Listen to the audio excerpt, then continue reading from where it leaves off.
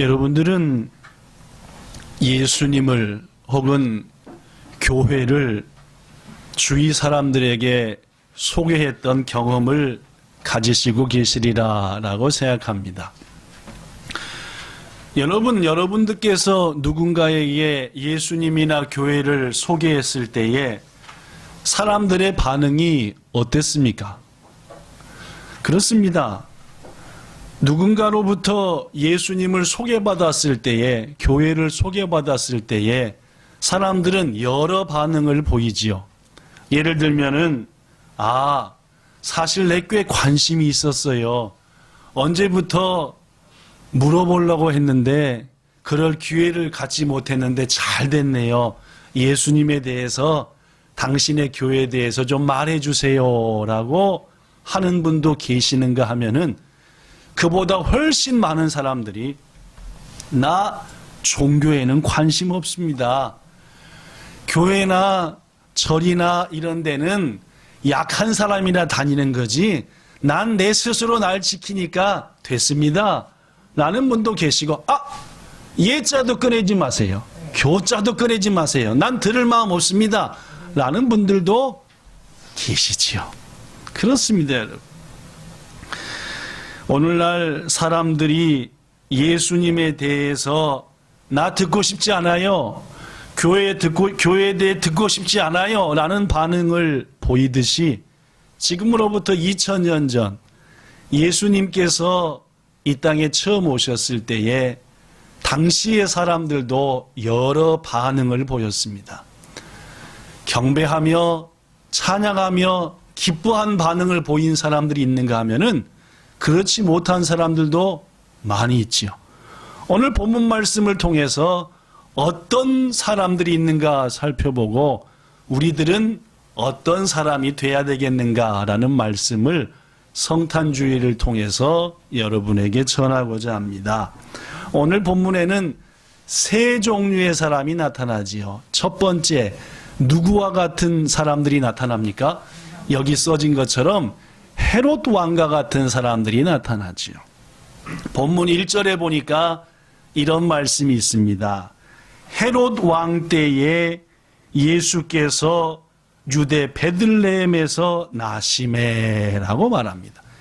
예수님이 오셨을 때에, 예수님이 오신 곳은 베들레헴이었고 그 베들레헴은 유대 땅이었습니다. 그죠?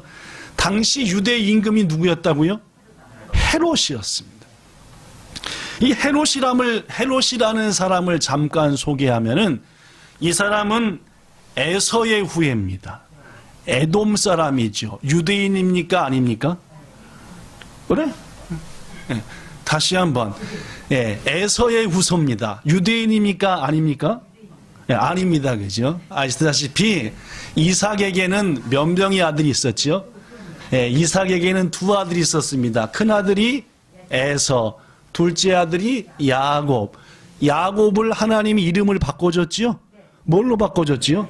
이스라엘, 그죠? 이스라엘. 그래서 유대인 이스라엘의 후예는 야곱의 후예만을 말하는 거지, 에서의 후예는 이스라엘 12지파에도 속하지 않았고 이스라엘도 아니고 유대인도 아닙니다. 에돔 사람이지요. 그런데 제가 지금 여러분에게 말씀드릴 때 헤롯은 유대인이라 했습니까? 아니라 했습니까? 아니라 했습니다. 그죠? 즉 유대인도 아니면서 유대 땅에서 유대인들의 임금을 하고 있으니까, 이야, 헤롯이 보통 사람은 아닙니다. 그죠? 그래?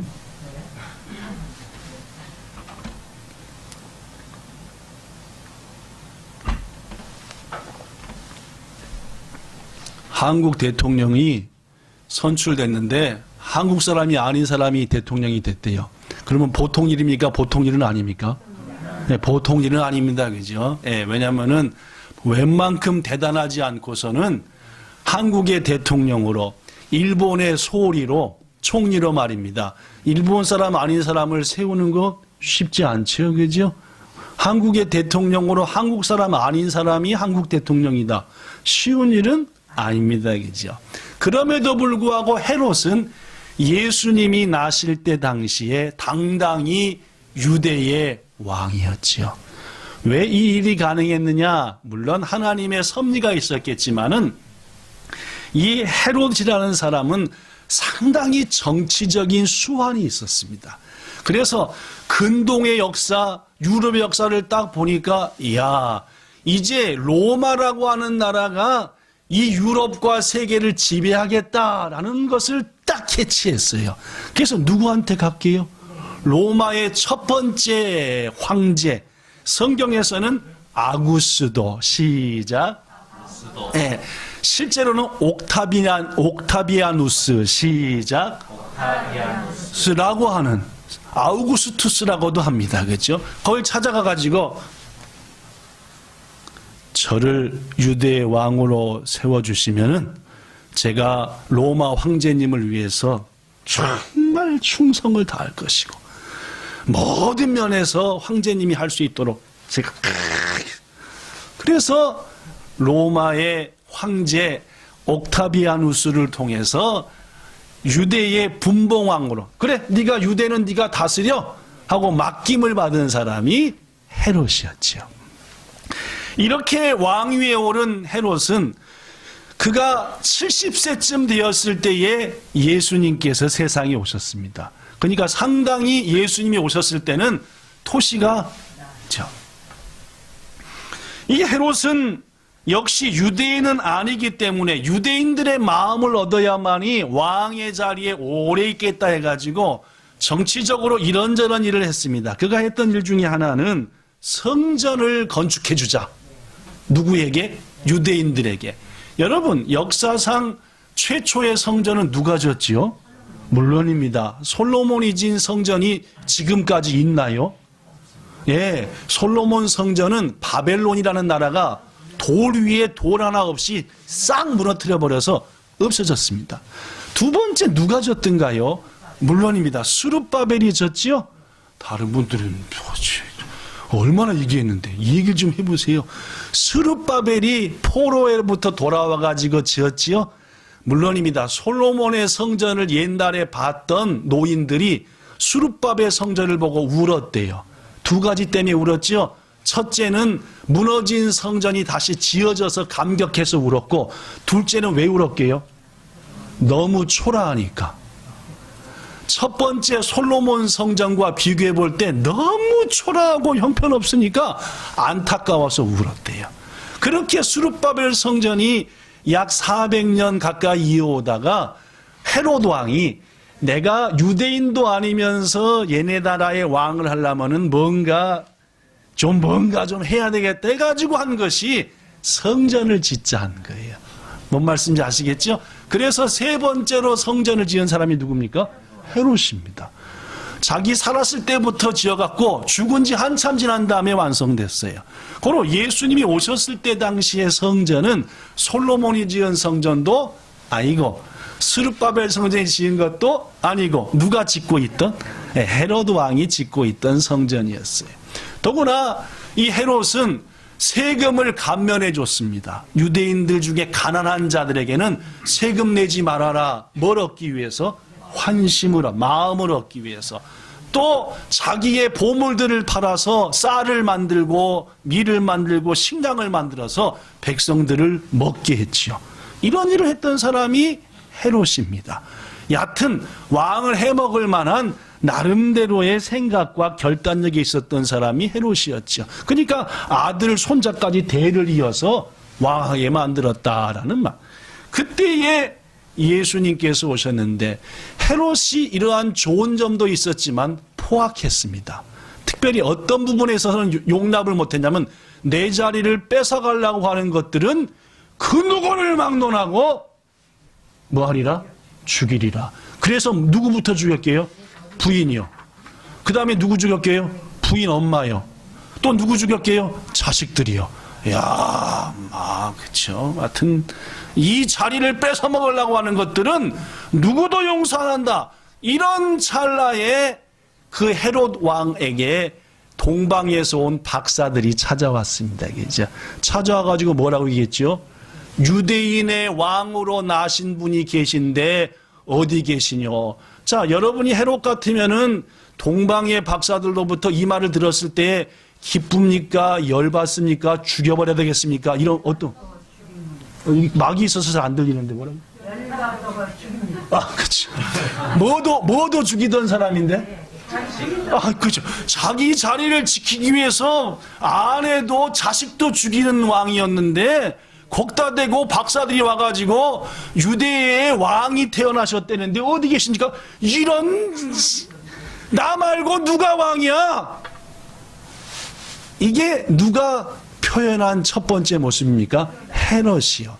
그렇죠. 지금이나 그때나 사람들은 예수님에 대해서 들을 때에 이런저런 표현을 하는데 헤롯은 딱 듣는 순간 성경에는 뭐라고 기록되냐면 소동했다. 막 그냥 속으로부터 막 겉에까지 막 그냥 부글부글 끓어올랐다라는. 그는 예수님의 탄생 소식을 듣고 어떤 조치를 취했는지 아십니까? 동방박사들한테 얘기했지요.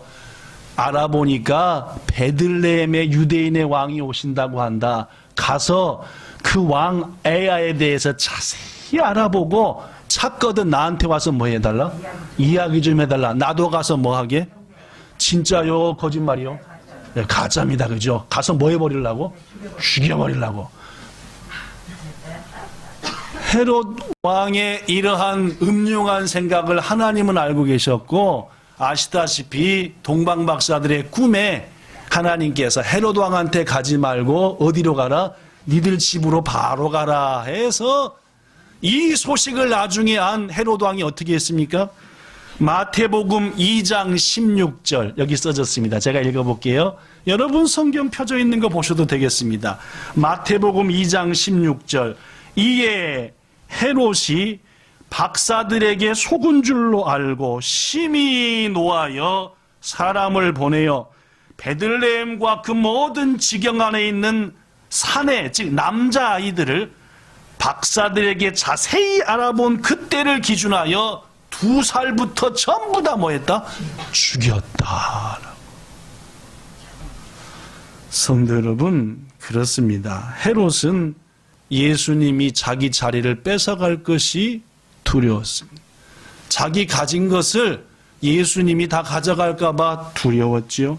사랑하는 성도 여러분, 그때나 지금이나 주님의 소식에 대해서 사람들은 여러 반응을 보이되 첫 번째, 내 것 뺏어 먹을까 봐, 혹은 예수님이 나의 주인이 돼버릴까 봐, 혹은 예수님이 날 지배할까 봐, 난 싫습니다.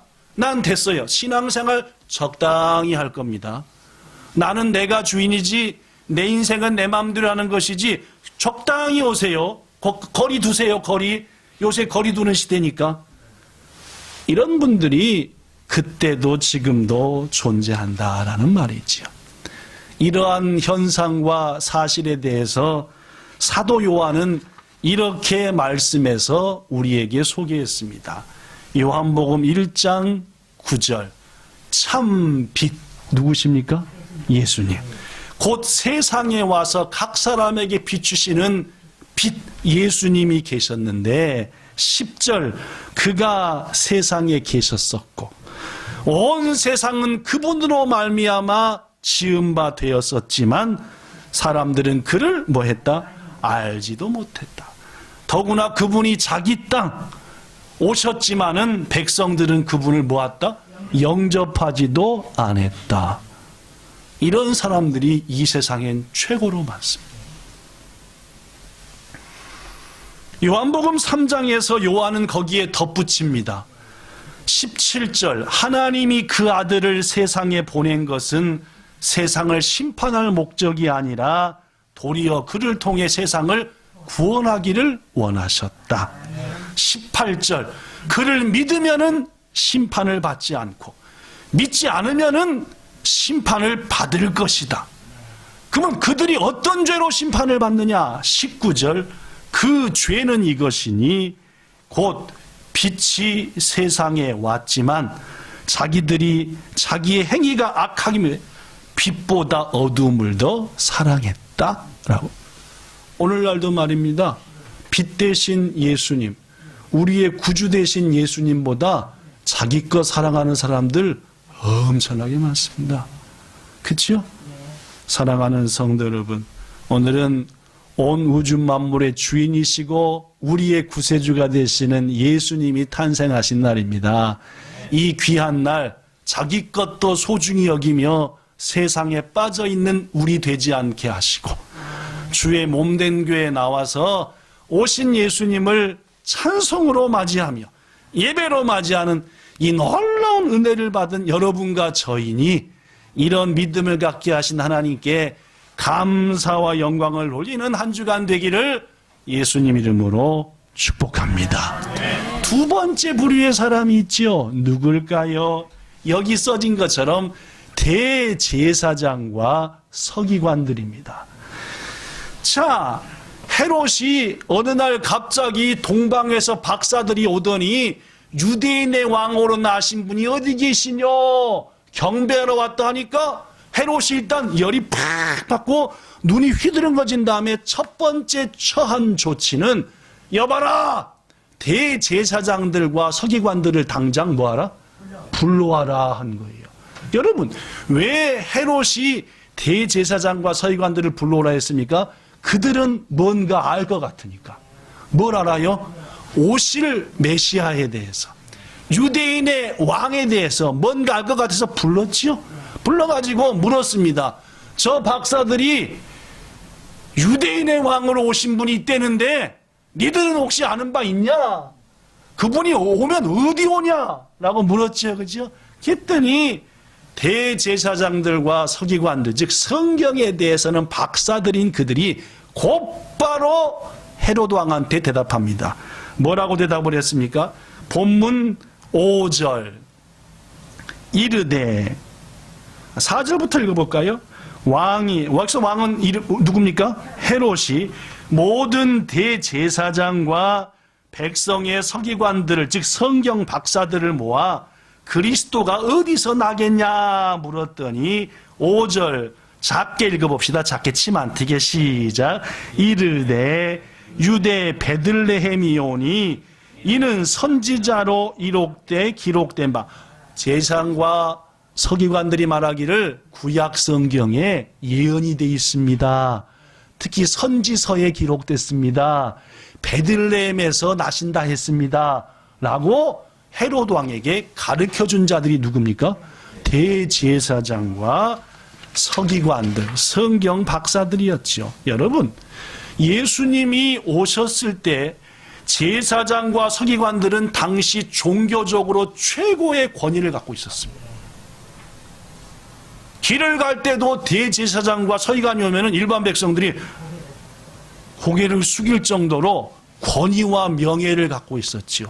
이들의 성경 지식은 메시아가 어디서 나겠냐 묻자마자 베들레헴입니다라고 말할 정도로 성경적인 지식은 탁월했습니다. 그들의 기도, 그들이 하는 모든 예배 의식은 일반 백성들이 볼 때 와, 스고이나 할 정도로 훌륭했죠. 여러분, 그러나 그들에게도 그러한 자신들의 권위와 명예와 권력, 이것이 예수님보다 훨씬 위에 있었다는 겁니다. 여러분, 이 대제사장과 서기관들이 베들레헴으로 달려가 예수님께 경배했나요? 안 했습니다. 그죠? 안 했습니다. 분명합니다.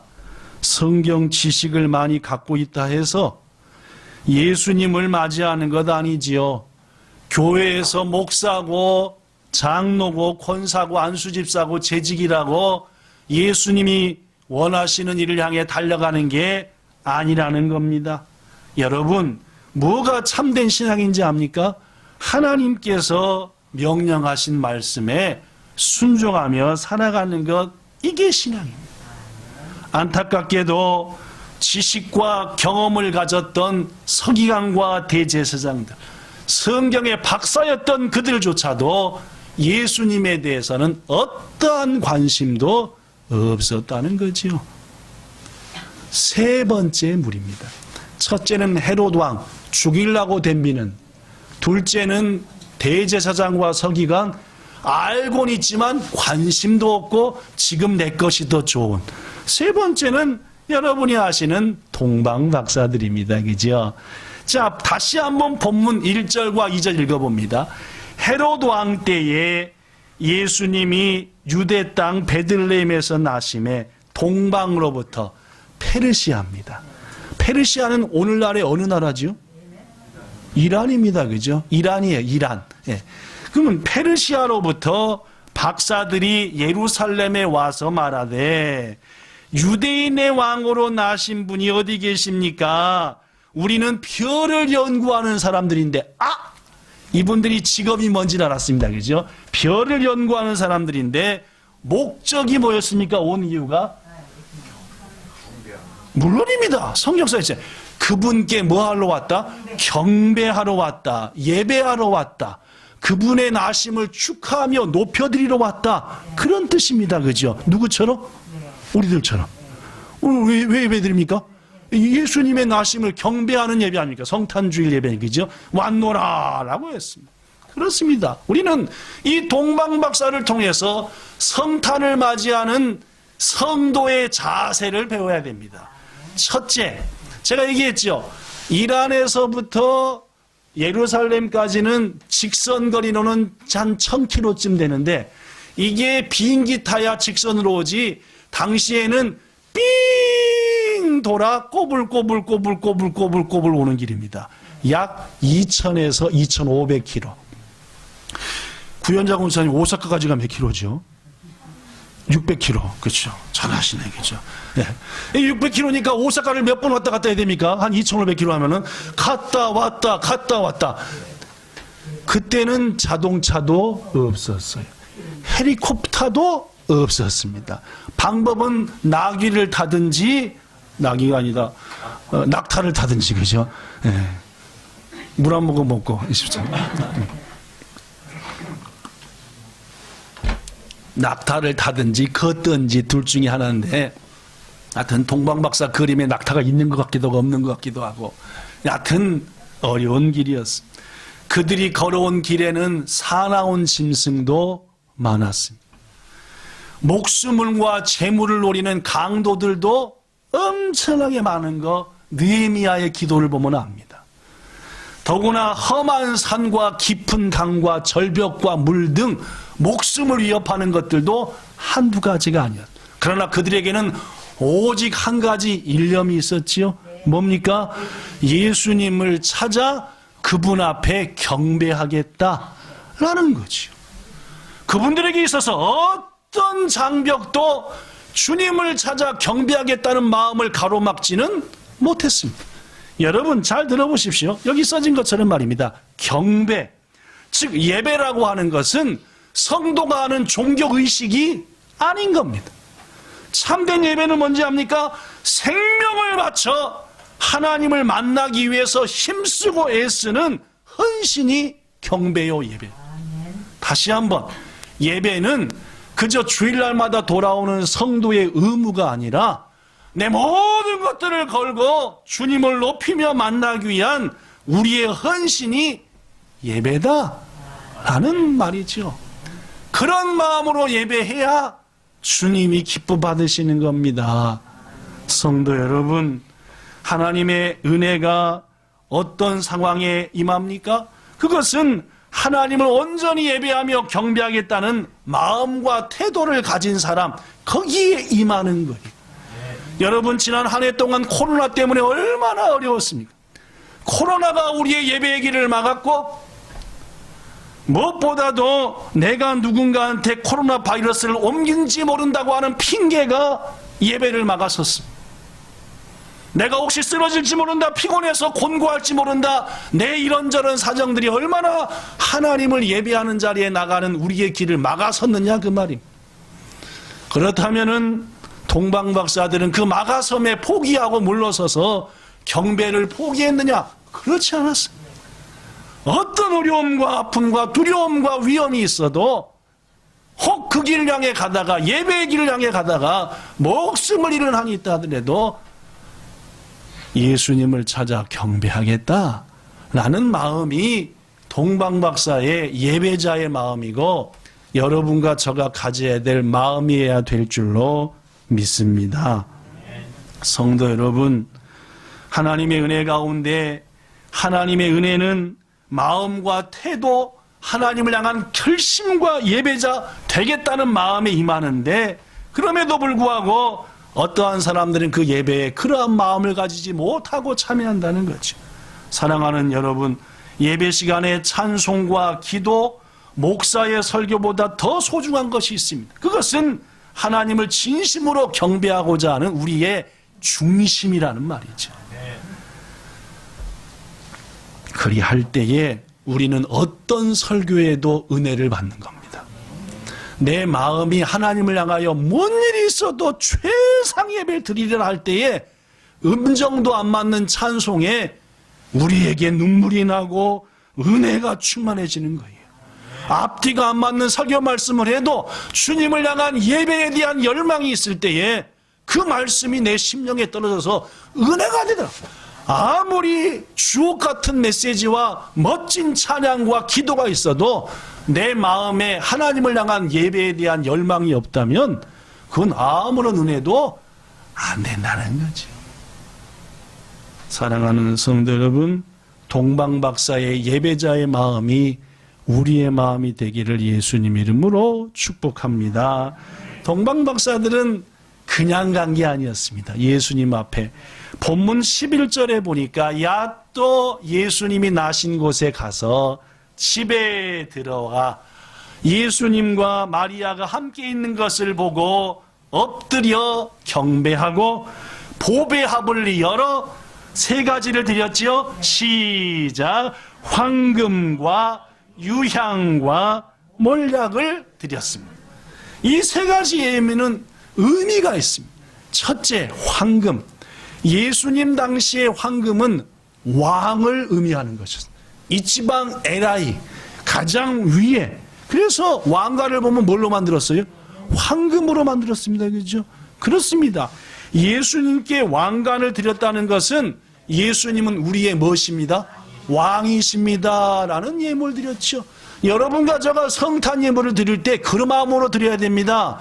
내가 이 예물 주님께 드리는 것은 당신은 나의 왕이시고 나는 당신의 다스림을 받는 종입니다. 백성입니다. 이거 말입니다. 두 번째 뭘 드렸지요? 유향입니다. 여러분, 구약의 제사장들은 하나님께 예배드릴 때 반드시 향을 같이 드렸어요. 그죠? 향을 피워 드렸습니다. 신약에서 요한계시록에서 하늘나라 모습을 봤는데 하나님의 보좌 앞에 큰 단지가 있는데 거기에 향이 팍 피어오르는데 요렇게 보니까 천사들이 이만한 대접에다가 그 향을 막 가져와서 붓고 하는 거예요. 요한이 물었지요. 저 향이 도대체 뭡니까? 했더니 옆에서 누가 얘기해 줬지요. 성도들의 기도니라. 뭔 말씀인지 아시겠죠? 성도의 기도가 하나님의 나라에서는 뭐가 되는 겁니까? 향기가 되지요. 여러분, 우리 교회에서 여러분의 집과 일터에서 뭐가 나야 됩니까? 향기가 나야지. 되겠습니까? 기도하셔야 됩니다. 교회에서, 가정에서, 일터에서 기도해야만이 향기로운 향이 하나님께 들려지고 응답이 임하고 향기로운 곳이 되는 거지요. 그렇습니다. 예수님께 유향을 드렸다는 것은 예수님 당신은 우리의 영원한 대제사장으로서 우리의 기도와 마음을 주님께 옮기시는 분이시고 하나님 나라의 중보자이십니다라는 뜻이지요. 세 번째, 몰약을 드렸지요. 근동에서 몰약은 귀한 분이 돌아가셨을 때에 냄새나지 말라고, 썩지 말라고 바르는 게 몰약입니다. 예수님도 십자가에서 죽으셨을 때 니고데모와 아리마대 요셉이 찾아왔지요. 그렇죠? 뭘 발라드렸습니까? 몰약을 발라드렸습니다. 안식구 첫날 여인들이 예수님 왜 찾아갔습니까? 또 발라드리려고 간 겁니다. 그죠? 향유를 들고 가는 게 얘기죠. 그렇습니다. 예수님께서 우리 위해서 죽으사 우리를 영원한 생명으로 인도하실 우리의 하나님의 참 재물이십니다 라는 뜻이 몰약입니다. 그렇습니다. 이 박사들이 드린 세 가지 예물은 이러한 의미와 뜻과 마음이 있었다는 것이고, 이러한 고백 속에서 우리도 박사처럼 주님께 예물 드리는 아름다운 성도 되기를 축복합니다. 마지막 세 번째로 동방의 박사들은 어떻게 경배했느냐. 첫째는 그 먼 길을 뚫고 가서 경배했고, 둘째는 온 정성을 다한 예물로 경배했으며, 셋째는 아까도 몇 번 얘기했지만 헤롯이 나도 가서 경배할 테니까 작거든 와서 가르쳐 주세요. 신은 뭐 하려고요? 죽여버리려고 예수님을. 근데 꿈을 꾼 거예요. 동방 박사들이 어떤 꿈을 꿨습니까? 헤롯한테 되돌아가지 말고 집으로 가라. 이때에 약속도 다이지했지만 뭐가 더 중요하니까? 내게 주신 하나님의 말씀이 더 중요하니까 순종하겠습니다 하고 박사들은 헤롯한테 안 가고 페르시아로 간 줄로 믿습니다. 그렇습니다. 말씀에 순종하는 경배였다는 말이죠. 만약 그들이 왕과 한 약속을 더 중시했다면 하나님의 말씀보다 어떤 일이 생길 뻔했습니까? 뭐 상상치 못할 일이 생기는 거죠. 여러분과 저한테 묻습니다. 왕과의 약속과 하나님의 말씀 어느 쪽이 더 다이지? 말은 그렇게 했죠. 오늘 남편하고 백화점 가기로 했는데 하필 또 오늘 주일이고 주일은 52번이나 있고 남편이 백화점 가서 사자는 약속은 지켜야 되니까 한 번이고 약속. 사랑하는 성도 여러분, 어떤 세상의 약속보다 더 중요한 것은 하나님과의 말씀에 순종하는 것이다 라는 거죠. 그게 주님을 참으로 경배하는 것이다. 사무엘상 15장 22절에 보면은 순종하는 것이 예배보다도 더 다이지다. 그렇죠? 예수님 말씀 순종하는 게 예배하는 것보다 더 중요하고, 주님의 말씀 듣고 따르는 것이 양을 잡아 기름으로 드리는 것보다 더 중요하니, 하나님의 말씀을 거역하는 죄는 무슨 죄와 같고? 안 써졌나?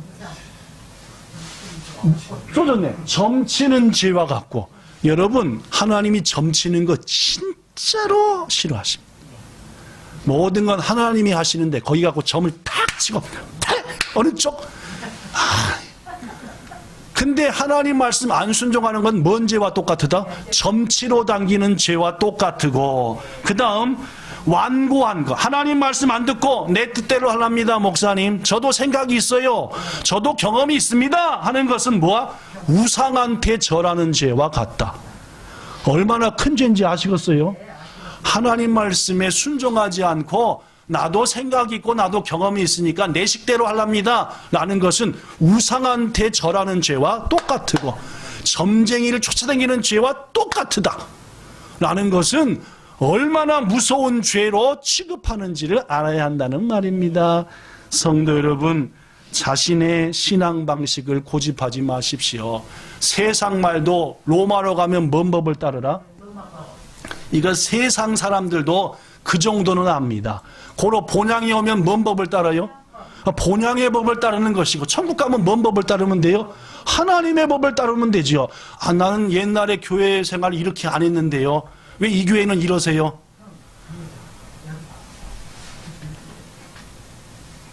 사신 우상에게 절하는 죄와 같고 점치는 자와 같다라고 말을 해도 별로 틀림이 없다는 말입니다.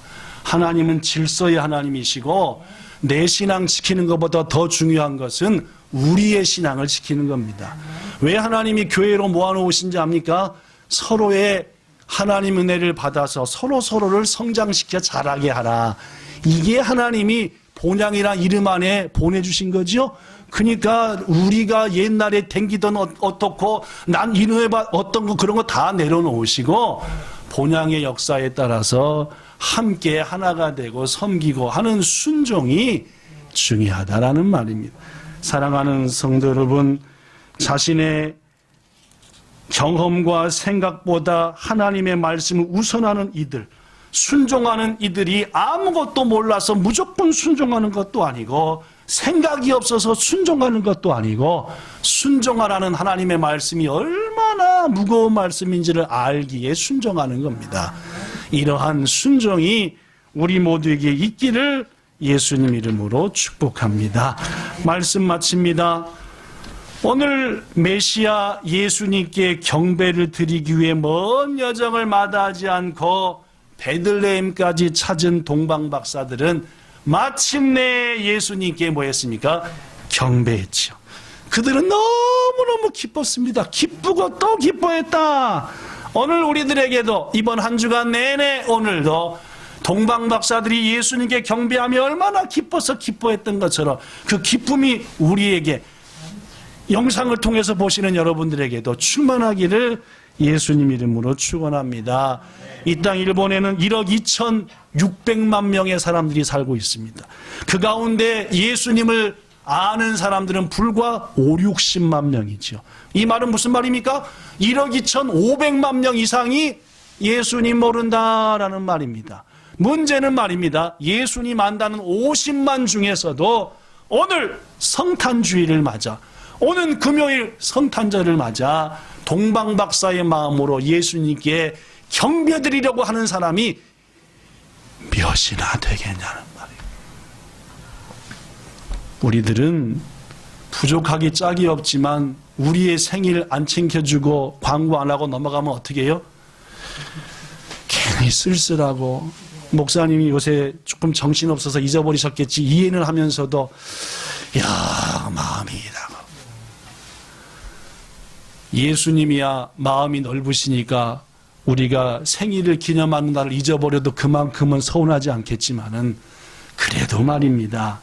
낮은 자리에 오신 예수님 그 탄생일을 마음껏 축하하며 경배하는 것, 이것이 우리가 해야 될 일이 아니겠습니까? 올해는 코로나 때문에 그 무엇도 못하면서 보내는 안타까운 성탄주간, 이번 한 주간 금요일까지 예수님 오시는 성탄까지 마음껏 주님을 바라보시고 경배하시고 우리의 입술을 통해서 기쁘다고 주 오셨네를 찬양하면서 그 주님을 경배하는 여러분과 저와 모든 성도 되시기를 예수님 이름으로 축복합니다.